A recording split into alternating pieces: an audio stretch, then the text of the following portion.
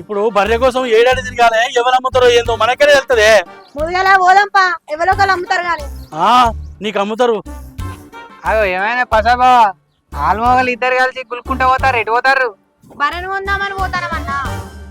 బావే ఉండంగా మళ్ళా బర్రె ఎందుకు చెల్లె? నేను మరీ అంత ఎదవలా కనపడుతున్నారా? అరే బక్కబా మరిది, మాటలు బాగా మాట్లాడతావు. పిడికిట్లా పట్టుకొని విసిగితే పిత్తులు విత్తాలే. పంచ్ అంటే ఇలా ఉండాలో. నీ కళ్ళకి నేను బర్రె లెక్క కనిపిస్తారా?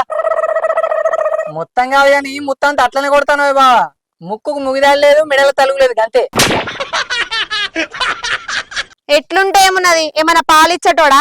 తట్టడి తిండి తింటాడు, లొట్టడి నీళ్ళు అవుతాడు తప్ప ఏమన్నా పనికొచ్చేటోడేనా?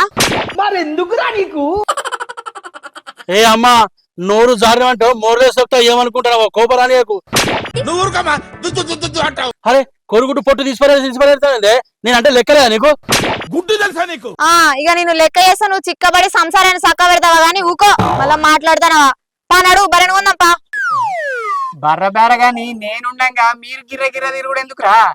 పైసలు నా చేతిలో పెట్టుర్రి, తెల్లార వరకు బర్రెను మీ చేతిలో పెడతా. ఎండెళ్ళక ముందుకే పెండెత్తది మీ ఆకిట్లా.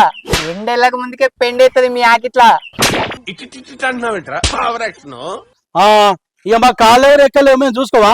నీకు పైసలు ఇచ్చి మేమేం చేయాలరా? మేమే చూసుకుంటాం మంచి భార్యను.